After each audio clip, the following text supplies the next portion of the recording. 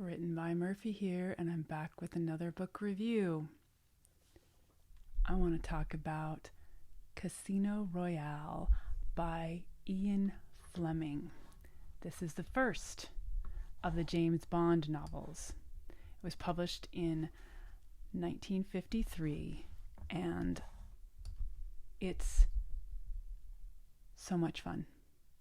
I did not expect. I just picked it up because I just was between books, right? And I wanted something, a tiny little, I don't know, throwaway snack. But I was amazed at how good this book is. I am not surprised that it was made into an enormous series, this James Bond character. But this is the first one. So we get to see who he is before he becomes what he becomes, right?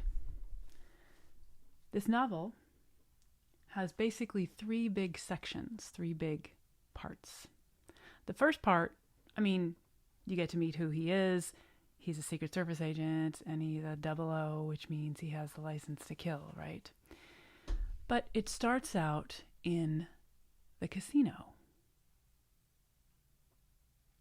And one of the things I liked about all of this novel was the internal monologue of James Bond, a very testosterone, masculine, smart character. And we don't get that in the movies. In the movies, he's very taciturn. He doesn't ramble on. It's the bad guys that do the monologuing, right? But no, we get to hear the internal thoughts of James Bond as he's going through his actions. So when he's in the casino and thinking about being a gambler and making choices about what's happening, it really reminded me of The Queen's Gambit, another book, which is the woman main character is thinking about chess. And I thought, this is very interesting that he's thinking about gambling. He's thinking about gambling, which is very much about how the other people are playing, what tells they have. And he's making choices. And he is thinking, feeling confident, feeling panicked, thinking what he needs to do next. All those things, very interesting. I liked it a lot. Then after, all of this is within the context of a mission that he's on.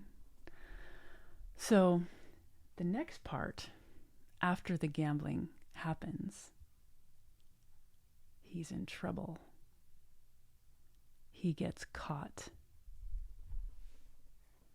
because of the woman, and they are both caught, and he is captured and horrifyingly tortured by the bad guys.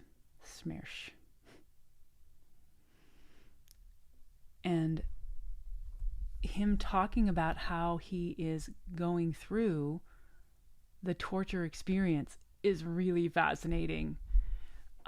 He is, of course, this is 1953, so everybody's thinking about World War II. That just happened, and World War I wasn't far behind in everyone's memories.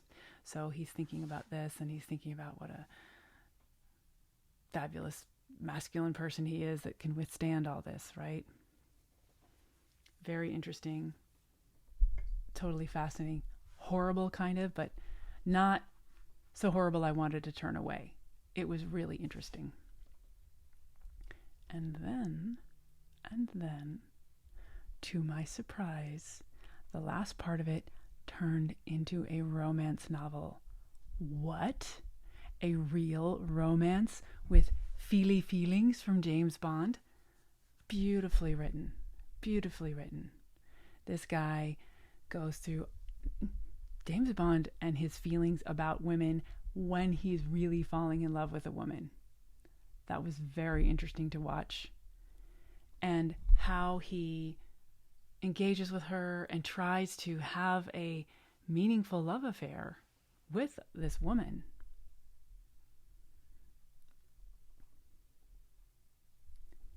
Three entirely different scenarios, three entirely different stories, well written, and in fact, it is this character arc. James Bond himself starts in one place and moves to another. by the end, he is a different person,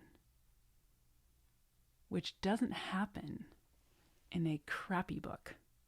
This is a dynamic character arc with, I forgot to say, when he was in the hospital recovering from the torture, he had really interesting conversations about,